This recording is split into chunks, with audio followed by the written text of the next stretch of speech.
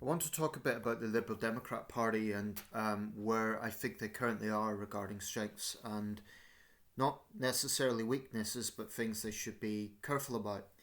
And my own stance on the Liberal Democrats. Before that, though, I just watched some of the speeches from the UN Security Council regarding Russia's threats towards NATO.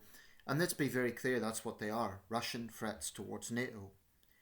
Russian drones going into Polish territory, Russia blatantly violating Estonian airspace. The Estonian, I assume it would be the foreign minister, made a very good point that if this was simply a mistake, why didn't they just apologise? Why did they have those MiGs turning their navigation off? It's there was, it's just glaringly obvious what's going on. A lot of countries outside Europe are going to look at this as just a neutral thing, and I think that's a mistake. Russia is blatantly the aggressor. Our new Foreign Secretary, Yvette Cooper, I think, also made a strong speech. This is something I think is going to build up. I think it's. I have an uneasy feeling about this. I think that it's very similar to the months and weeks building up to the invasion of Ukraine. I'm not saying that Putin's about to invade Estonia, but it would massively surprise me if something really escalated. I mean, really.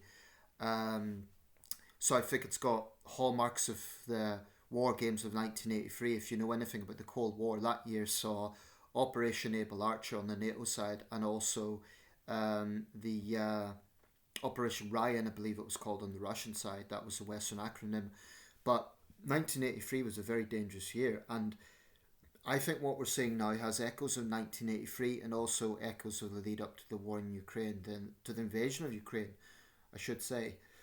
So I'll definitely be making further commentary on that.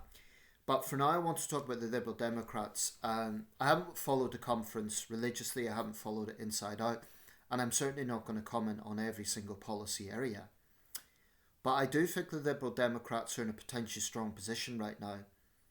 And I think that there's a few reasons for that. Firstly, they have their largest parliamentary representation ever, even more than when they were in government. 72 MPs. I don't see any real threats to any of those MPs. It seems more likely that they're going to win seats in the next general election. Probably some from Labour, probably some from the Tories. That would be my speculation. And it would be a remarkable thing if they'd done so well in the next general election. Let's assume it's an early general election in 2027 or even 2028. A lot of things could happen then, but unless there's some major scandal in the Liberal Democrats, there's no reason to say that they can't gain seats. So it's not inconceivable the Liberal Democrats could actually do enough to become His Majesty's official opposition. And that would be astonishing for a party that has so often been dismissed. All this talk of reform being the next government is nonsense. I just don't believe it.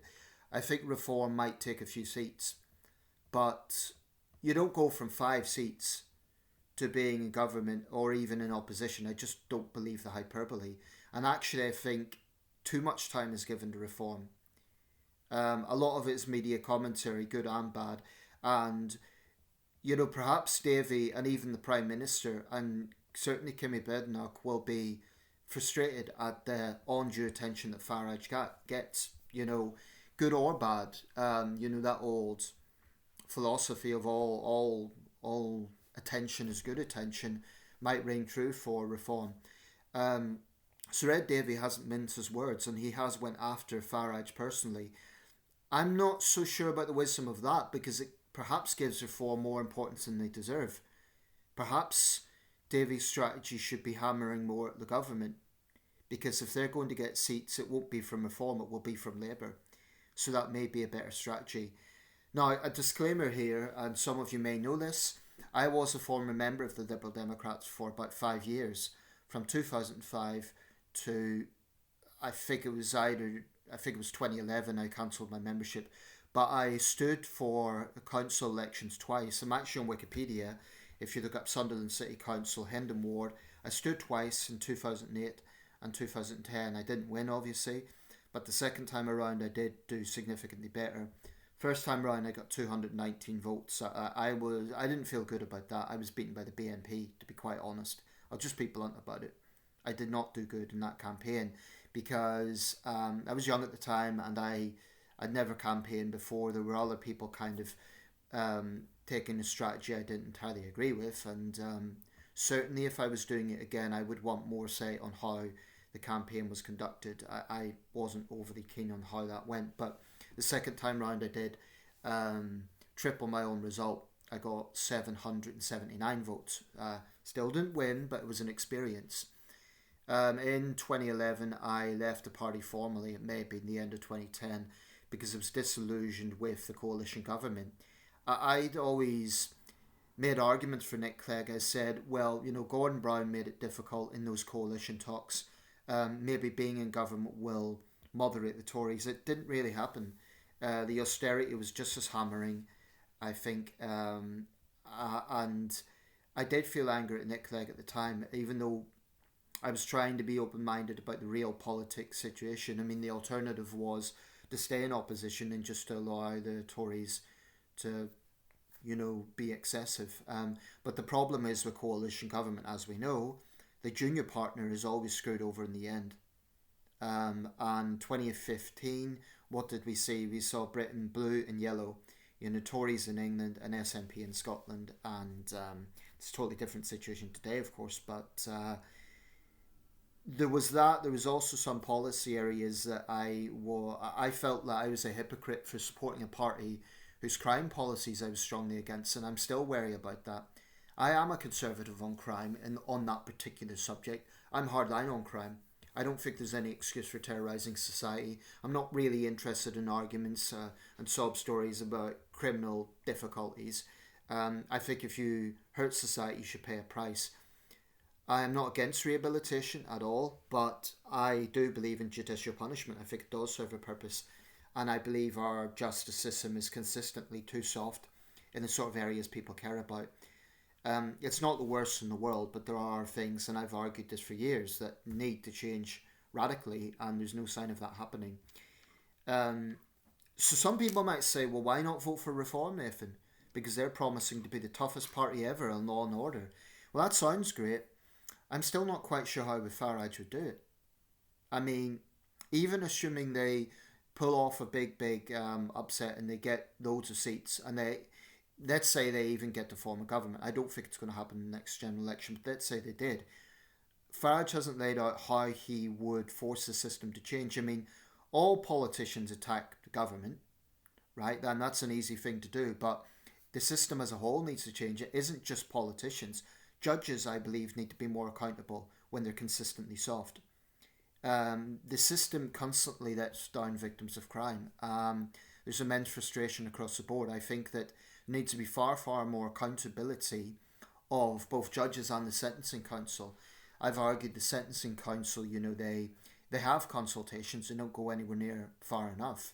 The fact of the matter is, when it comes to crimes the public really care about, like destructive antisocial behaviour, particularly by young offenders, and dangerous driving, the penalties just aren't rigid enough.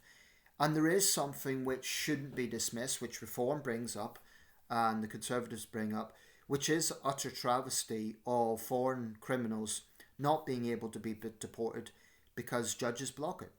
Now that is something that is a problem. Those judges are utterly tone deaf. They are endangering the public.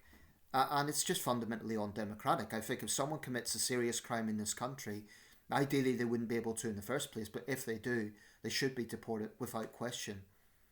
So I do question the left when they, go out of the way to frankly defend these people, because they do. So I don't approach this from a totally lefty perspective. There are definitely elements of my worldview which could be seen as right-wing. But I do not trust Reform when it comes to foreign policy. I just don't. I think that Farage is a Trump sycophant, and I do not trust them when it comes to Russia. Now Farage will of course say he was taken out of context and he's criticised Putin and all the rest of it, but he has also repeated Kremlin narratives. That's a fact.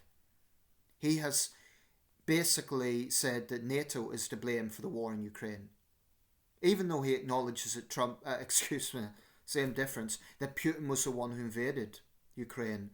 He still repeats this narrative that NATO's a threat to Russia. What have we seen in the last few weeks? What's Farage's stance on that? I think that Farage's Europhobia makes him blind to the reality. Um, and I think that he would be. I mean, Starmer is far too pandering to Trump, but that could be argued because it's a question of political practicalities. I think in the case of Farage, he would absolutely be sycophantic. I mean, he admits he's a close friend of Trump. He admits that, he grins like a Cheshire cat when he's in those photographs, and that is suggestive of a party leader who would just sell this country out to whatever Trump wants. So Farage cannot be trusted in foreign policy. No matter how much I might like to hear tough rhetoric on crime, when I vote, I think about all sorts of areas. So back to the Liberal Democrats. I do like some things that they're coming out with. I do like the fact that Davey isn't afraid to criticise Trump, unlike Keir Starmer, who in my view is far too accommodating. It's one thing, saying we have to work with Trump. That doesn't mean you need to go out of your way to please him. Some would say it's petty of Davey to boycott that state banquet. I'm not sure. I'm not sure that it is. When Trump is such a polarising figure. I'm just going to read out something that Nick Clegg has said regarding Elon Musk, because this is very important and it's another area where I support the Liberal Democrats. This is from The Independent. Former Deputy Prime Minister Sir Nick Clegg has backed Sir Ed Davey, his successor as Lib Dem leader, in his robust attacks on Elon Musk. The tech bosses remarks at a rally in London last weekend were getting quite close to fomenting violence and were an outrageous intrusion into our sovereignty, Sir Nick said at the Liberal Democrats' annual conference in Bournemouth. Sir Ed had earlier branded Mr Musk a criminal and called for Parliament to haul in the billionaire to answer his fight back or die comments at the Unite the Kingdom rally organised by far-right activist, well actually they put right-wing activist Tommy Robinson last week. I do think it is an utter disgrace that Musk is sticking his nose into our politics and that fight back or die speech. Musk's apologists are saying it wasn't literal. Give me a break.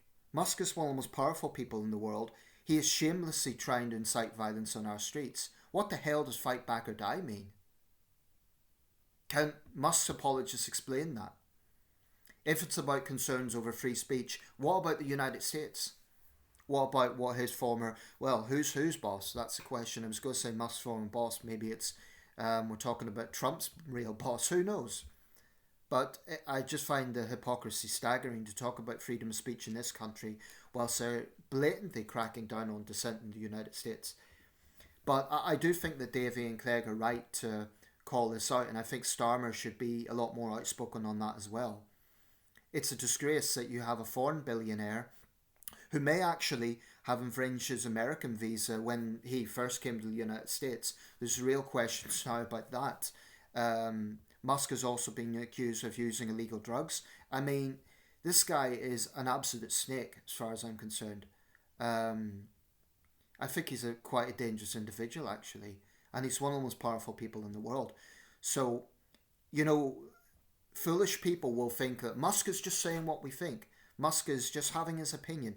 Give me a break. That we're talking about one of the most powerful people in the world trying to interfere in our country, thinking he can pull down the government. Elon Musk has no mandate here. He can have his opinion, but this idea that extreme arrogance. I mean, the irony of this, of course, is the right-wingers who support Musk. If this was Soros or some left-wing billionaire, they'd be taking a very different attitude. I'm personally wary of any billionaire having influence on social movements, but Musk does it at a whole other level. You don't see George Soros making addresses by video cam to large protests. It doesn't. I think with Musk it's on another level, really. So I think that Davey and Clegg are absolutely right about that. Last year, Nick Clegg said that Musk could become a political puppet master, and I don't think he's far off that either. He's also said, Clegg's been very outspoken on these things. Prime Minister's knee bending to Trump is cringy. He's right about that. Now, regarding the conference, Sir Ed Davey closed his speech by saying, "Don't let Farage turn the UK into Trump's America," Davey tells the Liberal Democrats, although Reform has strongly rejected as spouting total madness, the argument that Davey's talking about, reform, changing Britain's gun laws. So reform's denying that, but I do think reform would try and turn Britain into like this kind of MAGA light society, and that to me is utterly that's a very sinister idea. I think Trump has totally toxified America, really, and I don't want to see that in this country. I think you can have hardline views on crime whilst not, and also have concerns about free speech, all the rest of it, while seeing Trumpism for what it is. It's a scam. Donald Trump is a criminal. And this idea that we should replicate Trump's America. I saw one lunatic interviewed and he actually said we should let Trump buy this country, and he wasn't even joking. Madness. I really find it hard to respect Britain's Trump supporters. I think they are... I think they're idiots. I think they don't know what they're asking for. Because we see with Trumpism that, you know, people who ostensibly supported it then got targeted by its adherents. It's sort of this... It's a cesspit. It really is. So much for cleaning the swamp. It is the swamp. Anyway, I digress. Now, with the Liberal Democrats, I certainly wouldn't agree with them on everything. I certainly don't like some of their overtures to the woke left. I would wonder, for example, on policies regarding trans issues, you know, regarding as it pertains to women and free speech. I recently contacted Liberal Democrats, those I felt were the responsible parties, the responsible people, regarding the free speech issue and regarding specifically non-crime hate orders. And the response I got was they shared my concerns, but they're not prepared to call for those to be abolished. And they've always argued for the police to be proportionate. That's a little bit wishy-washy. I think that they're, you know, so long as these non-crime hate incidents exist, we will have incidents with the police abusing that. And the Liberal Democrats should be on the absolute forefront of defending free speech, which includes they will have to accept right-wingers having some unpleasant views.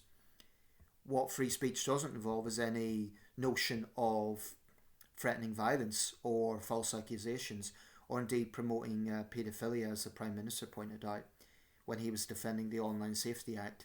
Critics, of course, would say the Online Safety Act goes well beyond that. But the Lib Dems are in a strong position right now. Another strength that they've got is their party seems to be more or less behind their leader. There's very little infighting with the Lib Dems. There's probably a little bit of policy differences here and there, but you don't see the sort of infighting that you see in the Tories, in Reform, in the SNP, in the government. That's a real strength. Now, realistically, at some point, there's going to be Liberal Democrats who disagree with Davey on something. You're going to get that in a big party, but I think they're in a strong position. And for someone like me who's a centrist, I would consider voting for them even if there's policy areas I'm not too sure about. I mean, I'm hardline on crime. The Liberal Democrats are traditionally a left-wing party on that issue. I will say one thing for the Conservative MP who was speaking on BBC yesterday, I mentioned on the radio, which I do agree with. The Lib Dems often present themselves as a centrist party, but they are really a left-wing party. Not far left, but nevertheless more to the left than the right.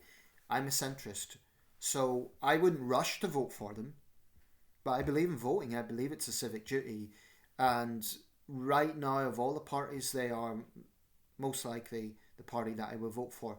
The risk, of course, is people see the Liberal Democrats just as a protest vote, rather than them voting for potentially a party that could one day be in government.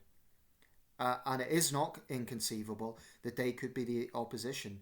I think there's far too little focus on the Liberal Democrats. Now, there's going to be a lot of policy areas that come out, some of which I will agree with, some of which I will disagree with. But for now, I think they're in an interesting position, and I think there should be more focus put on them. You know, a party that has 72 MPs deserves a lot more attention than a party that has 5 MPs. Starmer has to be careful that he isn't hemorrhaging support to the left, and who is most likely to gain from that? Probably the Liberal Democrats. A bit to the Greens, but I don't take the Greens seriously. And, you know, their new leader once said that women could have breast enlargement by hypnosis. The Greens just frankly pander to their own stereotypes as being a bit nutty. I don't take them very seriously. I also don't have much respect for their support for Just Stop Oil, which was an obnoxious movement. On foreign policy, I think the Lib Dems have got it right. They're strong on Ukraine. They're strong on the genocide in Gaza. Those are both things I feel strongly about. They're strong on criticising Trump. There's a lot of areas with the Lib Dems I do support. China, again, they've been quite outspoken on that regarding security matters. Labour has been weak. But then again, so has every government in recent years. You know, would a Prime Minister Ed Davey stand up to China? I hope he would. You know, time will tell if that ever happens. He may never be Prime Minister, but it may be that he brings up the party such, he, you know, strengthens the party such that his successor could potentially be looking at number 10. I don't think it's inconceivable. I think the state the Tories are in right now, they're hemorrhaging support. As it stands, they're still His Majesty's official opposition, but there isn't a massive gap between 72 and 122. It's not inconceivable the Lib Dems could gain 30, 40 MPs, the Tories could lose 30 or 40. You know, the mathematics could work out whereby the Liberal Democrats are actually the official opposition, which would put them in a position whereby, not in the next general election, but potentially the next general election, 2032, they could be in government. It's not inconceivable. And then we'll have our first Liberal government since David Lloyd George. That's incredible. I mentioned foreign policy areas, domestic issues. I want to see a party that is more compassionate on, particularly on welfare. Labour has been a bitter disappointment to many people on that area. They're using the same language as the Tories. It's all about punishment. It's all about punitive measures. You know, let's take away money from disabled claimants whilst continuing to stigmatise them, and then dress it up as helping them. I mean, and Pat McFadden's going to be just as hardline on this as Liz Kendall. So if the Liberal Democrats can offer some more compassionate policies in domestic areas, also have a strong foreign policy, I think they may just do enough for me to vote for them. The one big thing, well, there's two big things I'm not entirely sold on with the Liberal Democrats is on crime.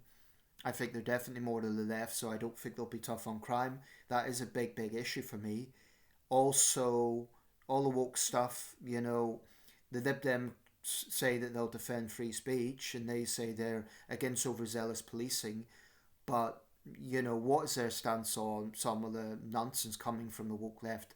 Do they agree, for example, with NHS guidelines that talk about pregnant people instead of pregnant women, that sort of thing, and also some of the identity wars issues, you know, like critical race theory, all that sort of thing, which is actually not even centrist or centre-left. That's actually extreme left stuff. I want to know, where do the Liberal Democrats lie with that?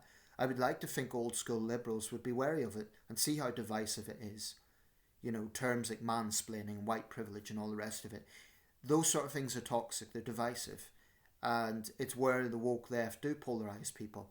So I'd like to see the Liberal Democrats being liberal, and yes, showing compassion, but not showing the sort of divisive ideology of the woke left, because there is a difference. There is. So I'll leave it there, but I'll certainly be watching the Liberal Democrats closely. To be clear, I'm not saying I'm on the verge of voting for them.